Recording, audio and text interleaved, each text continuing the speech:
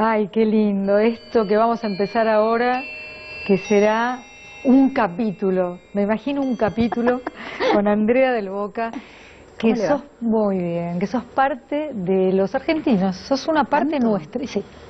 No hay forma, salvo esa gente a la que le creo poco, que dice, yo no miro televisión.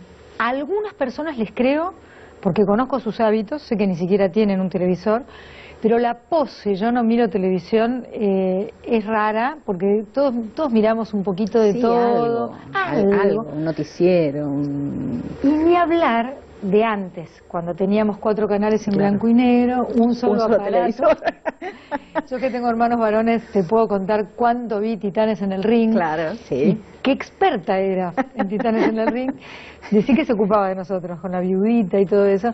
Pero me parece que a vos te debe pasar mucho que gente, para mi gusto enorme, te dice, yo cuando era chiquito te miraba. Y es verdad, pero al mismo tiempo a lo mejor son demasiado grandes para decir cuando era chiquito te miraba. Pero sí, eso es complicado porque hay veces que me he encontrado con gente mucho más grande. Eso es lo que te digo. Y entonces me dice, yo era chiquito y te veía. Y yo decía, bueno, yo también era chiquita o más chiquita. Definamos chiquito, habría que decirle a esa persona. ¿Qué llamamos chiquito? Pero sí me sorprende de gente fuera de contexto. ¿Qué quiero decir? Por ahí en la vida uno se encuentra con una señora, ama de casa, que dice yo vi todas tus novelas, es parte de lo cotidiano quizá, o de lo que uno cree que es el público de la telenovela propiamente dicho. Pero no deja de sorprenderme cuando me encuentro con presidentes de naciones como Ecuador, el presidente Correa, o como Santos, que era en un ámbito que no tenía que ver, era un almuerzo en homenaje al presidente Santos de Colombia, y de pronto me llaman y me dicen, ¡Pinina! Y yo lo miro, y estaba rubia, pues estaba haciendo el personaje de Evita en teatro, y lo miro y le digo, ¿usted cree, presidente? ¿Usted lo veía? Dice, sí, nosotros somos contemporáneos, y yo me pasé toda mi infancia viendo Papá Corazón. Y ya me le dice fulanito, así como si estuviésemos entre casa, y era el ministro de Defensa de Colombia. Y yo decía... Y vos no eras un jugador de fútbol, no, que es lo que uno espera, ¿no? Y Correa se puso a cantar la canción de Papá Corazón. ¿Cuál era? Porque a mí me gustan mucho las canciones. Papi, papito, corazón, no hay en el mundo un ser como tú. Qué lindo.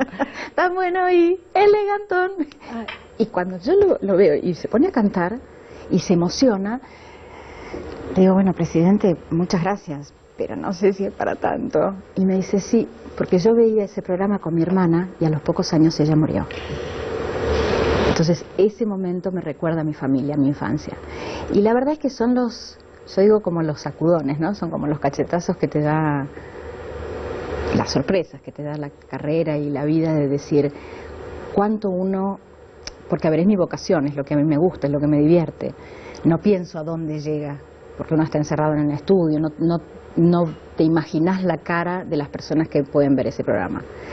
Pero para que algo traspase tantos años y además puedan vencer siendo hombres, estando como presidentes, o sea, como jefes de Estado, y que puedan correrse del protocolo y puedan mostrar esa parte humana, la verdad es de una sorpresa que no... Bueno, me pasó con Juan Pablo II, cuando fui no me digas eso, no. Veían las monjitas Andrea Celeste. Entonces cuando le pido la bendición me dice, Celeste. Y me morí de amor. La verdad es que le dije, nada, la bendición fue como, por supuesto creo que no la veía, pero sí quizás las monjitas, porque de hecho cuando fuimos después de salir y fuimos a comprar los rosarios, y yo no estaba como Andrea Celeste, digamos. Andrea Celeste fue un programa que yo hice en el año 79 y esto era el 86. Estaba con el pelo más corto, rulos.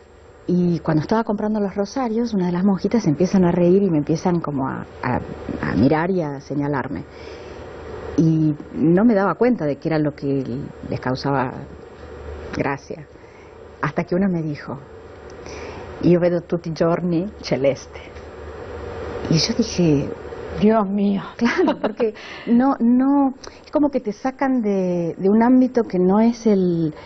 A ver, es un preconcepto que uno tiene, porque obviamente que principalmente son personas... ¿Te imaginabas una señora en su casa descansando de las tareas, sí, y mirando la novela? Cocinando, planchando, o esas cosas que uno dice, es como el público que uno se imagina. Al que se supone que va dirigido. Exacto. Esas cosas me hicieron y me hacen revalorizar mucho más mi trabajo. Mi vocación está ahí, está en un lugar, pero como trabajo, como la responsabilidad de decir cuáles son los temas que uno tiene que... es ponerme siempre en los zapatos del otro, en el lugar del otro, es decir, qué quisiera ver, qué es lo que está pasando, qué es lo que nos preocupa como seres humanos. Yo siempre digo, y lo voy a decir delante tuyo una vez más, que la penetración que puede tener un teleteatro cuando decide además tocar un tema y hacerlo seriamente, no solo seriamente en el sentido solemne, sino con información sobre ese tema, tiene una penetración que ni 10 campañas oficiales sobre un tema puede tener. Por ejemplo, si se habla de, no sé, de la violencia doméstica y hay un caso, si se habla como lo hicieron ustedes en los 80 sobre el HIV, tiene una llegada tan grande, porque la gente quiere saber qué le va pasando. Por supuesto hay que tratarlo con responsabilidad, porque si eso está maltratado, el daño es inmenso. Peor. Sí, claro. Pero es contraproducente. Claro. Lo que creo es que, a ver, la televisión y la ficción en particular, que es lo que a lo que yo me dedico, ya dejó de ser un entretenimiento. Hace unos años era, bueno, es un entretenimiento. Sí, es un entretenimiento porque de alguna manera uno se desenchufa. Pero principalmente uno lo que tiene que tratar es de buscar la empatía en el público. O sea, que el público se siente identificado con esa historia que uno le va a contar, ese cuento. Y yo siempre digo, aunque no le esté pasando eso a esa familia o a esa persona, que provoque, que sirva de disparador para provocar el diálogo en la familia. En el caso de Celeste, que en esos años, digamos, si bien estaba el tema y estaba de alguna manera instalado, pero no en los medios, era un tema tabú. Yo venía de hacer una campaña en Estados Unidos, la compañía de discos donde yo grababa discos, me propone hacer una campaña, digamos, a todos los artistas que grabaran un spot publicitario hablando del HIV. Entonces cuando llego le digo al productor, a Raúl Lecona, le digo, mira, la verdad es que me gustaría tocar este tema. Me dijo, no, de ninguna manera, porque eso va a hacer que la gente se va a confundir, va a pensar que vos. Le dije, me dices piantavotos. Le digo, no, bueno, hagamos una cosa, probémoslo con un personaje, digamos, secundario, que tenga relación, porque mi personaje estaba embarazada, entonces cuáles eran los conflictos de relacionarse con un enfermo de HIV. Y vemos, si no me gusta, lo sacamos. Y la verdad es que en realidad fue tocado desde un tema de la impunidad del poder. No era juzgando la sexualidad de nadie, sino era el poder en sí mismo tiene una impunidad de a mí no me va a pasar. Y sí les pasaba. Y lleno de prejuicios además. Claro. Si se baña, es prolijo y es mi vecino y lo conozco, no puede ser. Y tiene poder. Y tiene claro, entonces no económico y a ese no le va a pasar porque nada le puede llegar, pero sí le pasaba. Entonces era también romper un poco ese tabú para decir, bueno, estamos todos en la misma si no nos cuidamos y si no tomamos conciencia. Además era la época en la que se la llamaba la peste rosa. Sí, claro. Entonces y en esto era nada que ver. La Visconti no me claro, Teresa Visconti se contagiaba. Y Arturo Mali. Nunca me voy a olvidar. Y la verdad es que estuvieron fue tocado muy seriamente y prudentemente. Y yo creo que, vos decías que es mejor que 10 campañas, yo creo que ayuda, acompaña a una campaña médica, social, gubernamental, como quieras llamarle. No tiene que ser independiente. O sea, no creo que la televisión o que los que hacemos ficción tengamos el poder de decir tienen que mirarnos y con esto resuelven todo. Para mí el decir si esto provoca el interés, la reacción. Sí, la pregunta de la familia, ¿cómo es esto? ¿Qué entonces tiene que venir la campaña. Exactamente. Claro, y a partir de ahí tuvimos en las distintas novelas temas y era una necesidad, creo que una necesidad del público. También era cambiar un poco el rótulo de la mujer como protagonista de la telenovela, que no fuese la mujer sometida y sumisa, sino que fuese una mujer independiente y que se uniese a ese hombre no caminando ni 2 pasos atrás ni 2 pasos adelante, sino al mismo lugar, o sea, en el mismo... y siempre tocando temas que tenían que ver con lo social, o el trasplante de médula, o el cáncer de mama, o el cáncer de útero, o el trasplante de órganos, digo, temas que ya hoy en día es algo frecuente que se toquen en la ficción. Hay algunos temas más, depende de los horarios también, porque hay horarios que permiten que uno sea un poco más crudo en ciertos temas. Sí. De hecho, me tocó hacer el tema de violencia de género, donde a la protagonista la termina matando, la quema viva. Pero eso necesita un horario especial, digamos, un horario nocturno, como para que se profundice más en ese tema y se tome conciencia, que ese creo que es el objetivo, por lo menos el que yo persigo. ¿Cuánto se sabe de una historia, de esas largas, de las novelas largas, cuando se empieza y cuánto va pasando, como contaste recién? Bueno, se prueban cosas porque también se escucha al público, se quiere saber qué es lo que le va pasando al público. Hay personajes que uno ve crecer y otros que uno ve no desaparecer, pero aparecer más esporádicamente. Qué adrenalina, pienso. No sí. Está cerrado, empieza con supongo un script, ¿no? Una idea madre. Con una síntesis, una sinopsis general.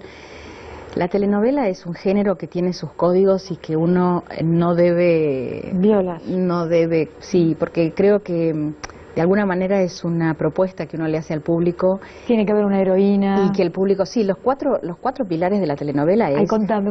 La heroína, el galán, la villana y el tonto, el sonso o el loco, que le ponen humor a la telenovela.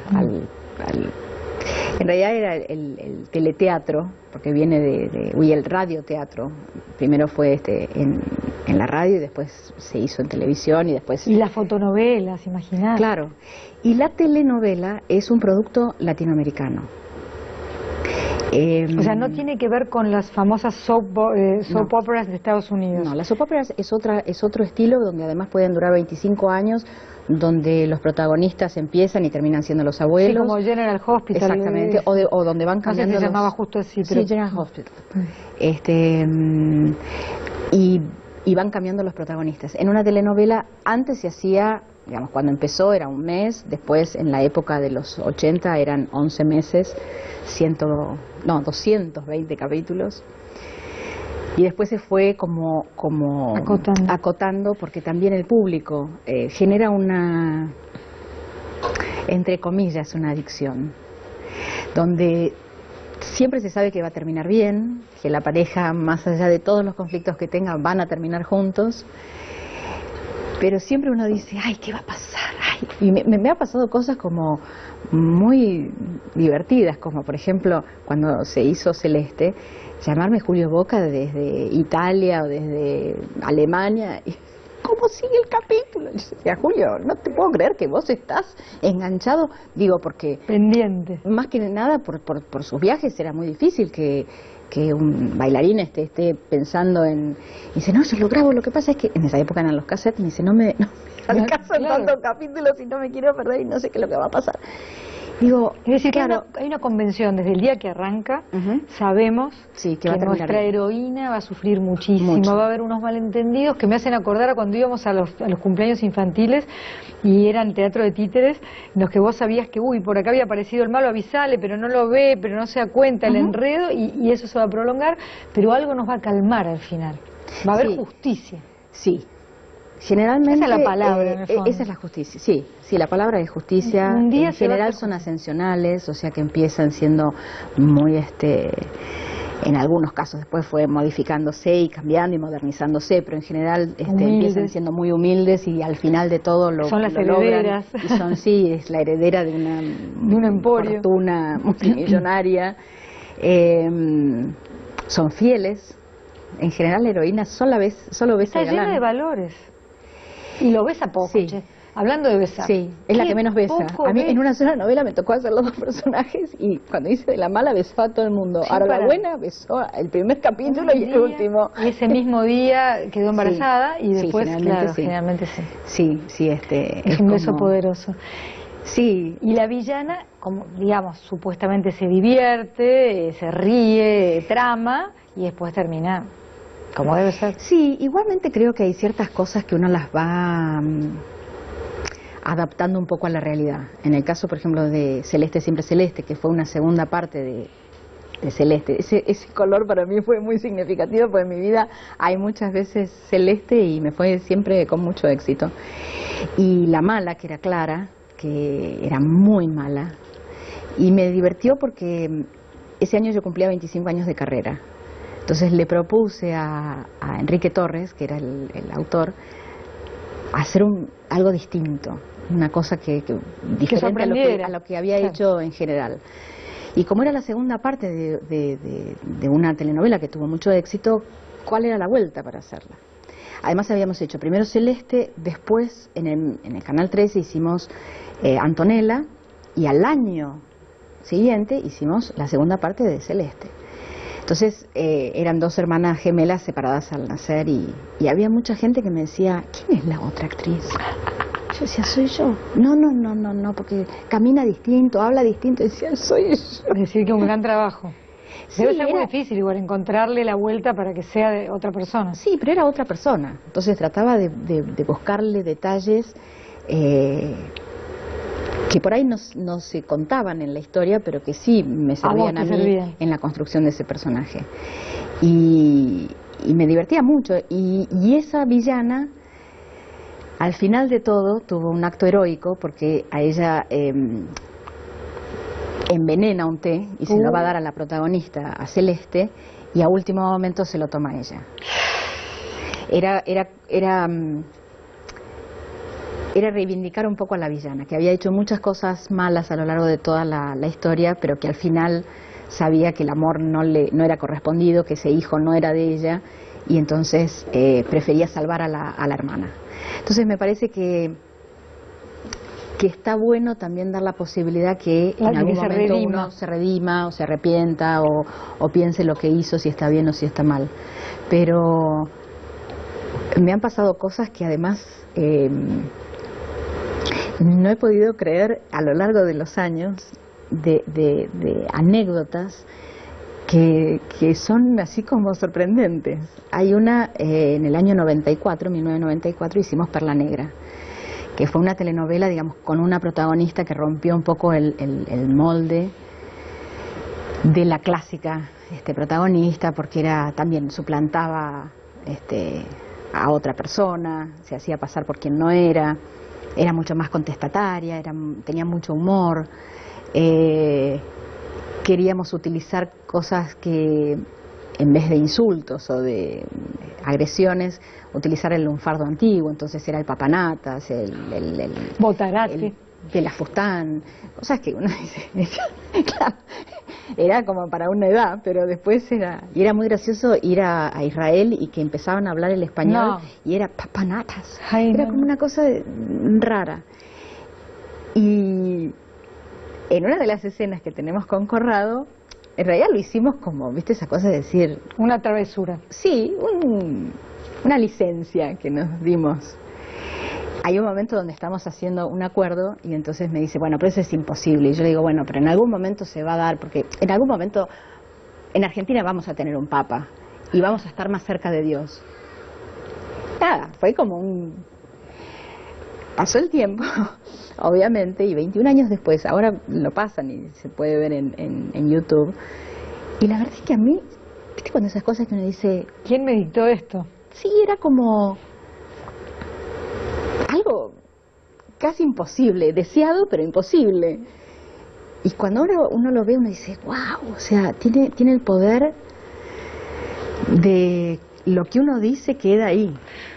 Y bueno, dicen que Fidel Castro, creo que lo escuché, dijo hace muchísimos años que iban a volver las relaciones con Estados Unidos cuando hubiera un presidente negro y un papa latinoamericano, claro, como si fuera imposible. Bueno, se ve que la vida nos depara sorpresas. Sí, el universo escucha. ¿Sí, no? Sí. Bueno, hablando de escuchar y mirar, quiero escuchar a alguien. Bueno. De Andrea tengo el mejor de los recuerdos.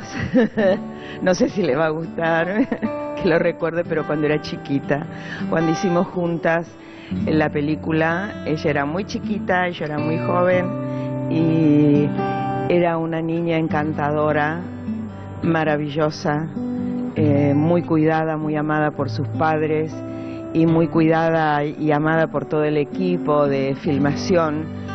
Y fue una película muy hermosa que aún hoy se ve con mucha ternura en la televisión, que es la que hicimos con los payasos, con Gaby, Fofo y Miliki. Andrea tiene una facilidad increíble para entrar en situación. Es admirable, es una cualidad admirable. Tal vez eso fue la que la hizo una reina de las telenovelas. Yo pude comprobar su éxito en Italia y su éxito en Israel. Bueno, Andrea, estás muy bien acompañada por nuestra querida Silvina. Te mando un abrazo muy, muy fuerte y sabes que siempre te deseo lo mejor. Ay, qué linda. Qué linda, ¿no? Ese es alguien muy especial en mi corazón, y además que he tenido la fortuna de poder conocer personas y seres de luz desde muy chica, y que además han sido mis primeros maestros, porque Había una vez un circo fue mi primer película, que yo hice a los 4 años. Y la verdad es que no tenía noción. Para mí los payasos eran como mis payasos, o sea, era lo que yo veía en la televisión. Y no conocía nada del cine. Y Enrique Carreras, que era el director, me enseñó a amar. Yo había hecho televisión, pero no había hecho nunca cine, y me enseñó a amar la mística que tiene el cine. Y además el cuidado que uno tiene que tener en la continuidad emotiva, porque a veces te toca empezar por el final y después el principio. Entonces, contármelo como un cuento y como un juego, porque así empecé yo. Para mí era todo un juego. Y después, bueno, con los años pudimos trabajar en telenovelas con Mercedes y con su hija Vicky, y la verdad es que es una familia que está muy cerca de mis afectos, como muchos de los que me ha tocado trabajar, que no son solamente compañeros, sino que son amigos. Familia casi. Sí. Cuando ella vino a nuestro programa hace unos meses, pasamos un tramo más largo de esa escena. Me encanta esa escena. La tarántula, un bicho muy malo. Y yo, cuando hicimos la telenovela en San Luis, que hacía de mi tía ella, le digo, cántame por favor la canción, porque me encantaba. Cuando era chica me divertía mucho. Cuando filmamos esa escena, era como tenerla para mí, sola. Y ella de vos lo que dijo es que era impresionante cómo vos entrabas en situación, entendías lo que tenías que hacer, lo que pasaba, y como decís vos, que como en un juego, pero completamente profesional. Que es eso lo que te quería preguntar, porque viste que actuar se dice en otros idiomas como jugar. En francés y en inglés es sinónimo, no sé, en muchos otros idiomas. Y lo ideal es, como a veces uno ve un partido, yo soy fanática del fútbol y digo, ay, ojalá al partido más difícil entraran solo a jugar. Correcto. Sin presión, ¿no? Pero bueno, al mismo tiempo de vos se dice que sos una profesional increíble, y ser profesional es ser puntual, es que, bueno, dar a los demás lo que esperás que los demás también le den a una producción. ¿Y cómo se conjugaba eso cuando eras muy chica? Porque ahora de grande no es tan difícil entender que seas las dos cosas, que entres a jugar a que sos alguien distinto, pero además una productora incluso. Pero de chico, ¿cómo se hace? Porque juego, está bien, pero corten, va de nuevo, las instrucciones, ¿no? Son serias, ahí hay alrededor un montón de gente trabajando. Sí, lo que pasa es que en realidad yo descubrí mi vocación de una manera absolutamente inocente. Era, por ejemplo, lo primero que hice, que era Nuestra Galleguita, mi personaje hacía de sordomuda. Y fue realmente una casualidad. Yo no creo en las casualidades, creo en las causalidades. Desde aquel momento que, bueno, no me daba cuenta porque no tenía noción de lo que estaba haciendo. Lo dirigía Alejandro Doria, que era mi padrino de bautismo. Y era muy amigo de mi mamá, de jóvenes, antes de casarse mi mamá. En esa época no había casting, entonces aparecía la hija sordomuda y Alejandro dijo, bueno, ¿quién tiene una hija? Préstamela, porque obviamente con nosotros tenía una relación, era tío Alejandro, pasaba todos los cumpleaños, las fiestas, y ibas a etcétera. ser cuidada. Sí, y era una semana, entonces papá, por supuesto, dijo, no, de ninguna manera, porque papá era director, Nicolás, entonces sabía un poco cómo era el ambiente y no quería. Pero mamá dijo, es una semana, nada, es una gauchada, como decimos en Argentina, un favor. Y empezó el personaje y yo me acuerdo de Alejandro cuando me contaba ciertas escenas, que por ejemplo me tenían que hacer una serie de estudios, entonces entraban unos médicos con unas bandejas llenas de cubiertos y la tiraban, y hacía mucho ruido obviamente, y yo no tenía que moverme. Entonces me decía, bueno, mira, ahora vamos a jugar a esto, cuando yo diga acción, vos estás así concentrada en tu mundo, no pestañeás ni siquiera cuando tiran eso, hasta que yo diga corte. Claro, para mí era tener a mi tío ahí, que me decía, era conocer el mundo de los actores, de los artistas, desde la mejor manera. Y a medida que fui creciendo y después me fui profesionalizando y fui a estudiar o sea, yo fui a estudiar actuación recién a los 17 años. ¿Ahí fuiste a lo de Lee Strasberg? Ahí fui a lo de Lee Strasberg. Después me vas a contar bien eso. Porque necesitaba como ponerle nombre a ciertas cosas que me pasaban o que sentía y poder manejarlas mejor. En ningún momento sufrí esa cosa de que me invadía el personaje. Tuve la suerte, obviamente, de tener a mi madre que había estudiado teatro en el conservatorio, con Milagros de la Vega, por ejemplo, con quien después tuve el placer de poder trabajar con ella. Maestra de maestros, maestra de Alfredo Alcón, por ejemplo. Entonces me contaban las cosas en su esencia. Por supuesto que cuando yo empecé no sabía leer, entonces mi mamá me tenía que contar y me lo contaba como un cuento. Y como a uno de los chicos que le cuenta un cuento, que a uno siendo chico te quedan frases grabadas, bueno, a mí me quedaba como ese cuento, entonces sabía lo que yo tenía que decir y lo que tenían que decir los otros, porque era como un cuento. Y además la disponibilidad de la cabeza de un chico, que estás para aprender todo. Y además también es cierto que era muy mimada dentro del estudio, porque me llevaban en el boom, que es como un carro con un micrófono, entonces me llevaban, o con las cámaras, que por supuesto no son las cámaras de ahora. Y era otro mundo, porque todas las cosas, yo soy la menor de 3 hermanos, todas las cosas que en mi casa no podía hacer, todas las travesuras, ahí sí. Y además yo no tenía noción de con quiénes trabajaba. Claro. Pero a medida que fue pasando el tiempo y me fui dando cuenta de trabajar con Olinda Gozán, con Milagros de la Vega, con Narciso Ibáñez Menta, con Ubaldo Martínez, con Paulina Singerman, era como con los payasos,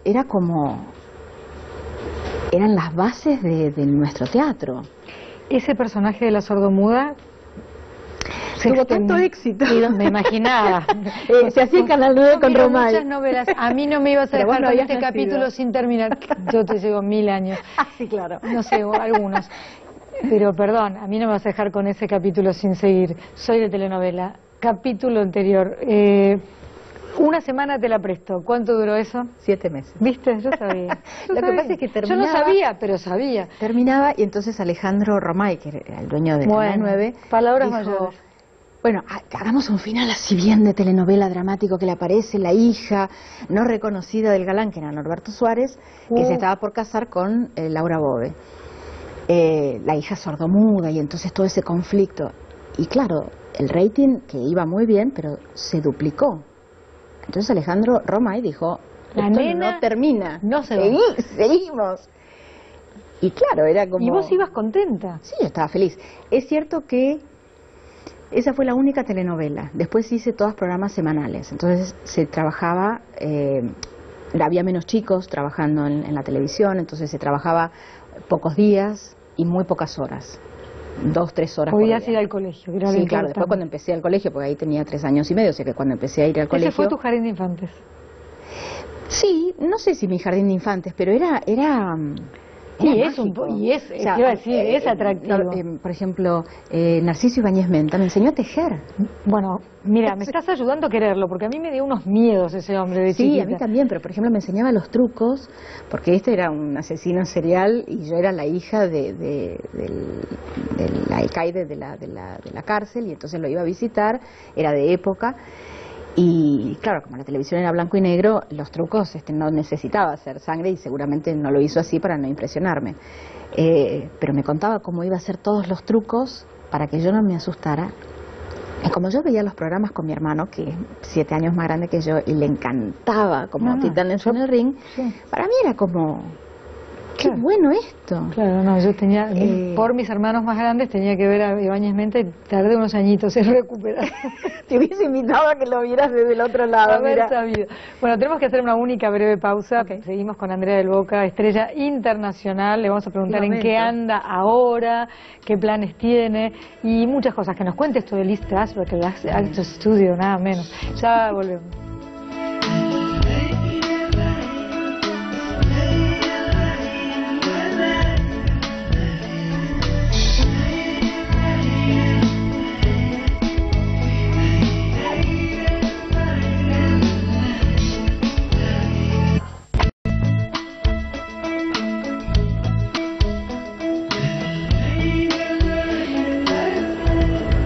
Andrea del Boca.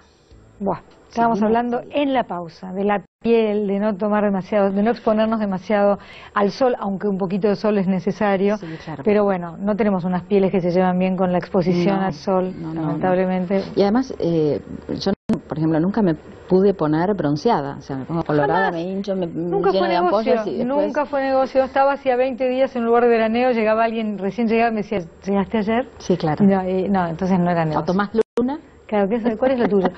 Hablemos antes de que yo me olvide, por favor, del Actors Studio. ¿Cuándo decidís irte? ¿Por qué te recibe Ana Strasberg, no? ¿Qué es esto de esos métodos, no? El método Strasberg, las clases que nos vas a compartir ahora de todo un poco. En realidad, a ver, aquí en Argentina hay excelentes profesores, maestros de maestros y lo que yo necesitaba era que no me conocieran, que no supieran que yo era profesional. Cosa que acá era imposible. Sí, era ir despojada también de conceptos desde el otro, porque los como era sobre la televisión, claro, sobre la televisión, sobre la edad, sobre en esos años quizá la televisión también era como la hermanita dejada de lado para lo que es o lo que se cree o lo que se creía los actores en serio, los verdaderos actores que tenían que ver más con el teatro. De todas maneras, esto lo hablé mucho, por ejemplo, con María Rosa Gallo, que también era una maestra, o con Lidia Lamezón, y lo que me decía, uno es actor o no es actor, y uno se prepara.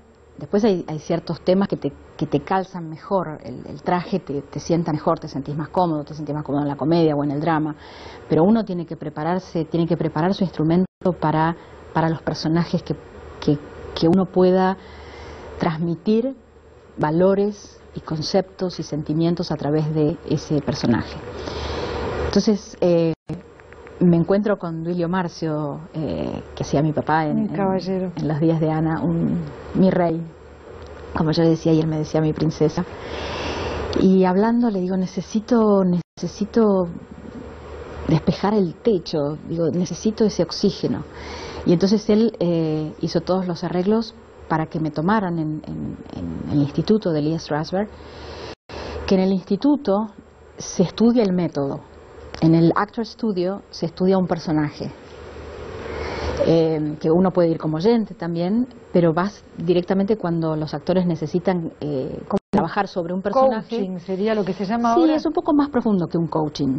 Es más de investigación del personaje, de cómo se llega, sobre todo cuando son muy dramáticos o muy límites, para que a uno no lo dañen como persona, o sea, que uno pueda ponerse... en esa piel sin poner el alma. Exacto, pero transmitiendo. Claro. Digamos, es como... complicado. Somos un poco locos. El borde está complicado. Claro, que uno no se incorpore el personaje o que no sé, si vas a ser un drogadicto no tenés que consumir drogas para saber qué se siente. Claro. Digo, tenés que ir llegando al personaje a través de otros, entonces ahí lo vas desmenuzando al personaje y vas intentando bucear para llegar a transmitir lo que ese personaje necesita contar y que no se vea que es un personaje, sino que es una persona. Entonces, bueno, fui ahí al instituto. En realidad no lo llegué a conocer a Lee porque cuando yo fui en el año 82, llego a New York y estalla la Guerra de las Malvinas. Y mi hermano, que era médico, estaba como uno de los probables a ir a las Malvinas. Entonces decidimos volver había ido con mi mamá y decidimos obviamente volver y fui al año siguiente. Y pude tener una relación entrañable con Ana porque además me decía que era como su cachorra porque no podían entrar chicos antes de los 18 años y yo tenía 17. Claro, pero entonces tenía una cantidad de condiciones, era no la miren a los varones, a mis compañeros. Nos habíamos anotado en una clase de besos. Que ahora te la desarrollo. Entonces tenía un compañero iraní, hermosísimo, con unos ojos celestes, divino, y un día estaba bajando las escaleras y empieza a decir, necesito a alguien que me sirva de intérprete en castellano, porque necesito decir una cosa y quiero impresionar. Entonces estaba mi hermana que me había ido a buscar, entonces le dice, sí, yo puedo. Entonces Ana para la oreja y dice, ¿con quién quieres hablar? Y dice, no, es una chica rubia de rulos. Dice, con ella no. Entonces después le digo, Ana, ¿por qué? Me dice, no, porque sos mi responsabilidad acá. Después el muchacho no me habló nunca más. Se aterró. Nunca más. Y la clase era muy divertida porque en general yo la quiero hacer acá en Argentina. ¿Clase de besos? Sí, porque, a ver,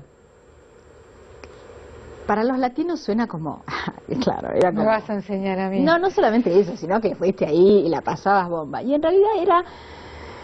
No todos los besos son iguales. Hay besos robados, hay besos tímidos, hay besos que son de una violación, hay besos que tiene que ser eso, como una violación desagradable para la mujer o de mucho amor, o de mucha pasión, claro, pero siempre como un personaje, claro. O sea, siempre desde la ficción.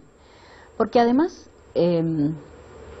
salvo una vez, nunca me enamoré del galán.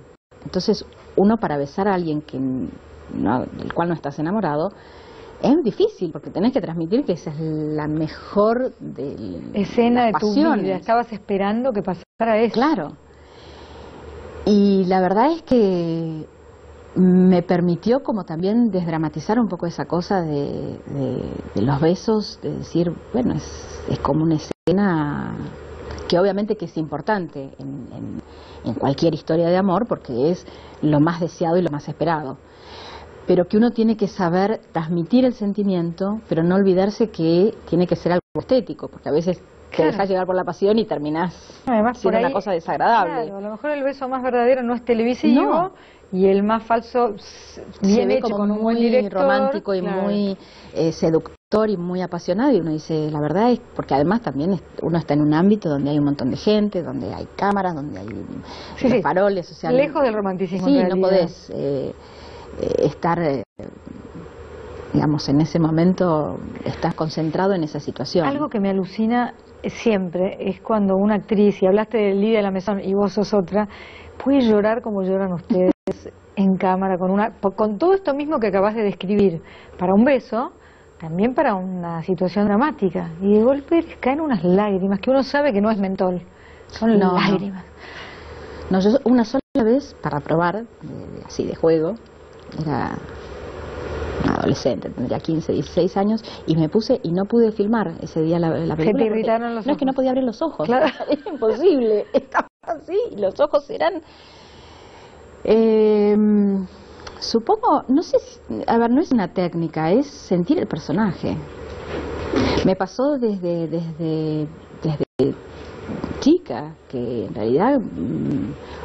por ahí lloraba en una situación donde no estaba marcado por libreto, pero era porque el personaje era una situación que le dolía y me emocionaba. Pero también era algo muy curioso, porque de esas cosas me acuerdo, me daba mucho hambre llorar. Entonces terminaba y decían corte y yo decía, ay, tomaría un café con leche con medialunas, que de hecho me la comía. Y me acuerdo que Alejandro Doria me decía, yo no puedo creer que puedas entrar y salir tan fácilmente. Le digo, lo que pasa es que no lloraba yo, lloraba el personaje. Claro, yo estaba contenta. Pinina no tenía a su mamá y lloraba porque no la extrañaba, pero yo tenía a mi mamá. Claro. O sea que no era algo que me hacía daño, claro. Y que... Pero sí podías tener la empatía con ese personaje y darte cuenta de que no tener a su mamá era muy triste. Claro, porque en realidad, a ver, las chicas cuando somos chiquitas, que jugamos a la mamá o a la maestra, viste que nos ponemos ese traje y hacemos todas las cosas sí. De cómo tiene que ser, o cuando mamá que le cambias el pañal y le das la comida. Todo. Digo, uno se incorpora el sí. personaje. Bueno, esa es eso. La base, es como... Creo que uno nunca tiene que perder esa inocencia para descubrir un personaje, para actuar un personaje. La inocencia y la capacidad de asombro. Sí, como que ese en la vida uno tiene el instrumento tiene sí. que estar ahí a flor de piel con todo lo que eso significa. Sí, es que tienes que prepararlo como para yo digo lo contrario, estar permeable a que las sensaciones y los sentimientos te invadan. Para que la gente luego se emocione, porque si no es como prefabricado. Yo creo que hay gente que vive la vida a reglamento y otra que con más riesgo la vive con pasión, con entrega, diría yo. Ya la escuchamos en el primer bloque a Mercedes Carreras y ahora quiero a alguien de otra generación, a ver qué momento. Que no sea mujer. Tengo miedo. A ver. No temas. Lo mejor de Andrea es, bueno, son muchas cosas. La verdad es que es primero una actriz maravillosa, una artista muy increíble, con un camino envidiable para cualquiera que le guste la actuación o el arte, pero sobre todo es muy generosa. Yo que tengo la suerte de conocerla y de ser un beneficiario de esa generosidad que tiene ella desde el primer momento que me conoció en High School Musical, cuando yo era un chico de 17 años, como todos los demás, que estudiaba canto, baile y actuación, vio algo en mí, algo especial, algo en lo que le hizo confiar mucho, y desde ese día, ya hace 8 años, me acompaña y soy una persona muy afortunada por su generosidad. Ahora estamos por empezar un proyecto nuevo juntos, así que estoy muy feliz. Siempre siento que voy a estar, no en deuda porque ella jamás me haría sentir eso, pero tengo muy en claro que es una persona que hizo que mi camino fuera mucho más fácil y mucho más lindo. Así que la quiero mucho, por supuesto. Lo que más admiro de Andrea es su determinación. Es muy determinada y muy talentosa en lo que se embarca. Y eso me genera mucha admiración y mucho respeto. Es muy cariñosa, es muy generosa en su afecto también, en su manera de demostrarlo. Es muy maternal, la verdad es que ella tenía una relación muy linda con mi mamá y desde que mamá falleció ella siempre se puso en un lugar bastante maternal conmigo y de cuidado y de atención. Siempre que me pasa algo importante, Andrea está, me llama, me aconseja, me felicita, me ordena a veces, así que es muy afectuosa, muy afectuosa.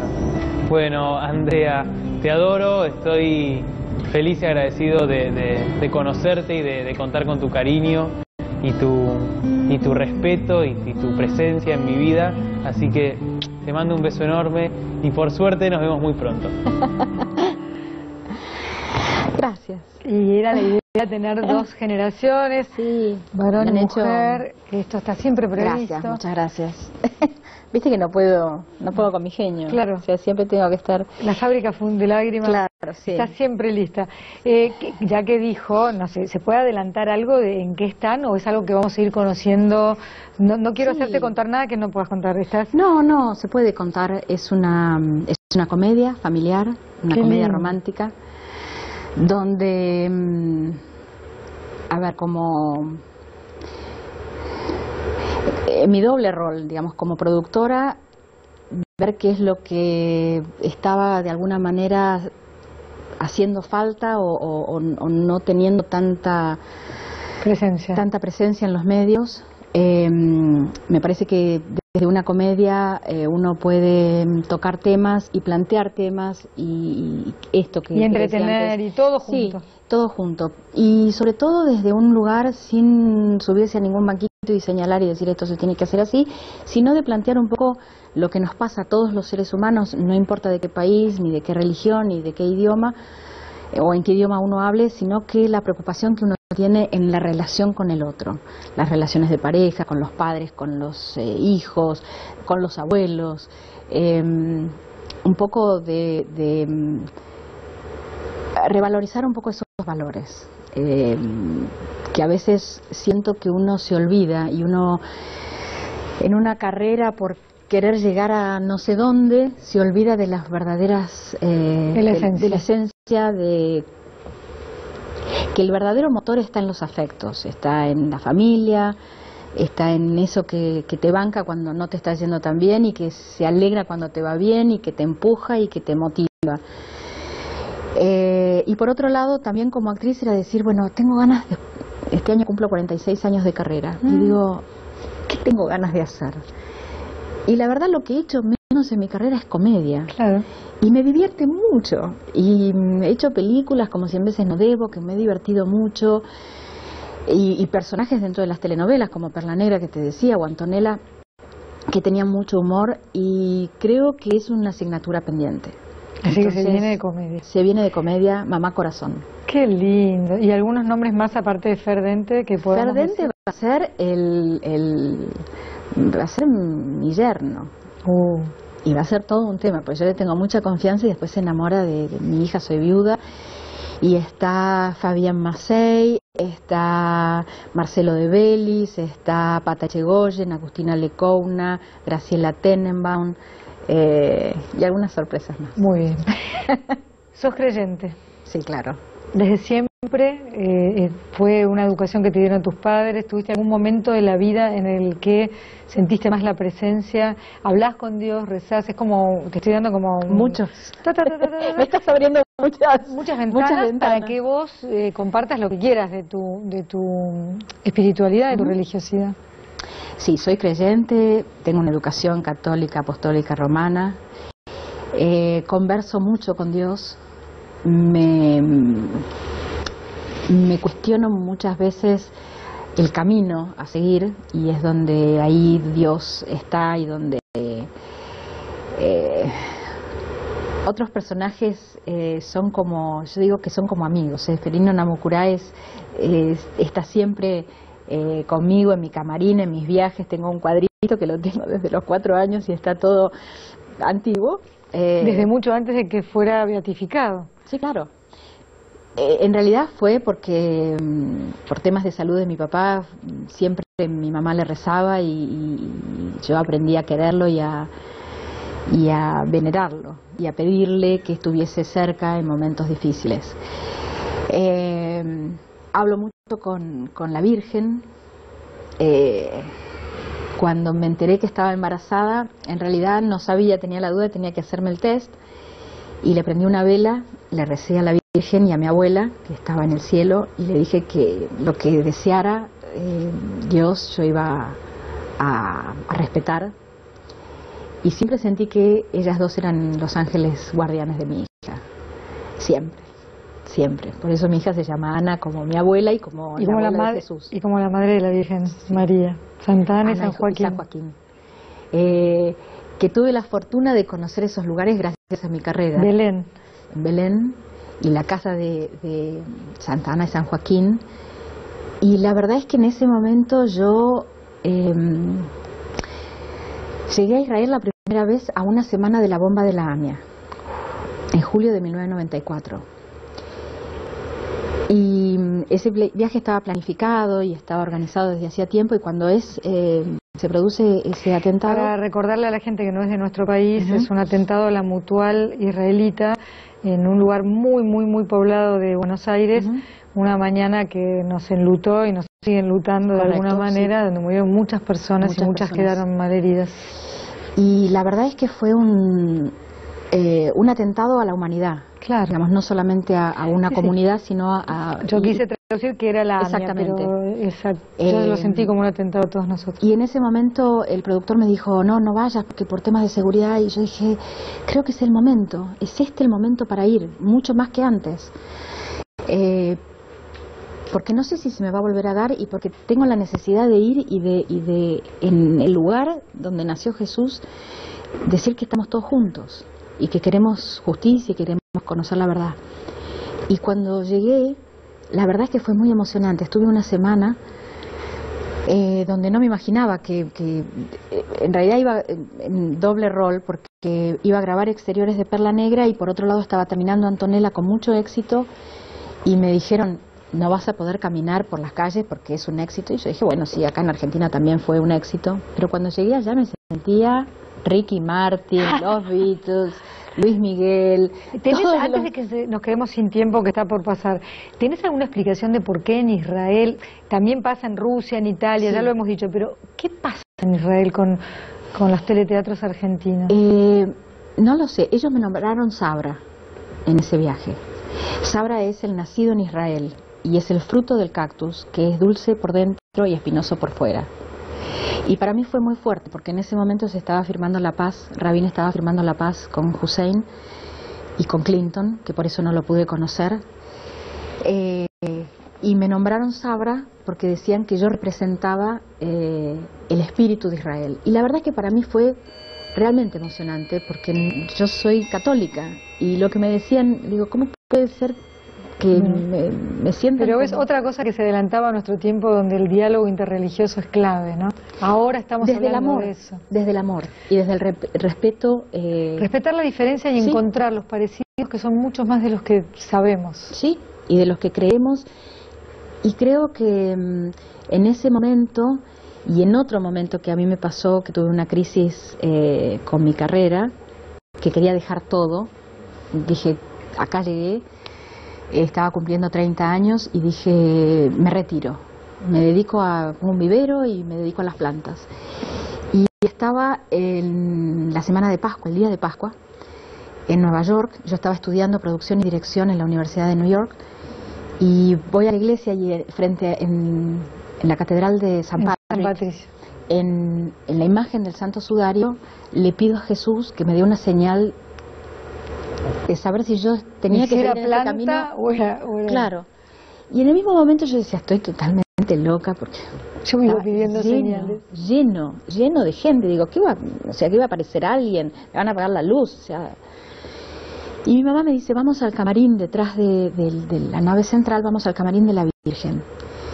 Y entonces fuimos y nos costó mucho llegar porque estaba cerrado, había mucha gente, pero vino un sacerdote muy viejito y nos abrió y nos dio paso y nos dejó pasar así como ni sabía nada, o sea, era causalidad, no era casualidad. Y llegamos al camarín, había solo un lugar, estaban dando misa, se sienta mi madre y yo me quedo parada y me pongo frente a la imagen de la Virgen a rezar y decir, necesito una señal porque no sé. Creo que estoy ya vacía, no tengo nada más para dar. Y cierro los ojos y alguien me abraza. Y yo me largo a llorar pensando que era mi mamá. Y entonces me quedo así y entreabro los ojos y la veo a mi mamá sentada. Y miro y era una mujer joven que me sonríe y me dice, Jesus loves you. Y a mí se me heló la sangre. Porque además era el abrazo como de madre, maternal, digamos, no era un abrazo así de frente, sino era como conteniéndome. Y entonces me sonríe y se va, y yo miro a la Virgen y digo, esta es la señal que yo estaba buscando, pero no puede ser, la verdad es que me tengo que ir a un manicomio, porque no puedo creer lo que me está pasando. Mi mamá, por supuesto, que estaba rezando, no estaba ausente a todo esto, y me largo a llorar como una nena, así con los ojos cerrados, y vuelvo a sentir lo mismo de otra mujer de pelo oscuro, y me dice lo mismo, pero con un convencimiento diciéndome, Jesus loves you. Es como diciendo, créetelo porque esto de verdad es así. Y somos muy religiosos en mi familia, y se lo comenté a mi hermano que estaba viviendo y trabajando allá en New York, y me dijo, yo le decía, no sé si, porque realmente toda mi familia sabía mi decisión y respetaba mi decisión si yo quería dejar mi carrera, aunque no estaban tan de acuerdo. Entonces me dijo, no te quepa la menor duda que esta es una señal. Y no te equivocaste, porque estamos acá unos años más tarde de eso. Eso fue en el año 97. Acá estamos, 1997. 17 años después, casi 18. Andrea, se terminó, y me da bronca que se termine, ahora tendría que venir un continuar a Israel, ¿quién te dice? Claro, ¿quién te dice? Nos quedó material por mostrar, nos quedó ¿En mucho. serio? Bueno, sé que ahora vas a otra vez. empezar, como empezás con la tira, vas a estar muy ocupada, por eso te agradecemos mucho que hayas venido ahora, pero puede continuar cuando vos quieras, cuando queramos. ¿eh? Bueno, un gracias. placer. Gracias a ustedes por estar en Orbe 21, no se vayan.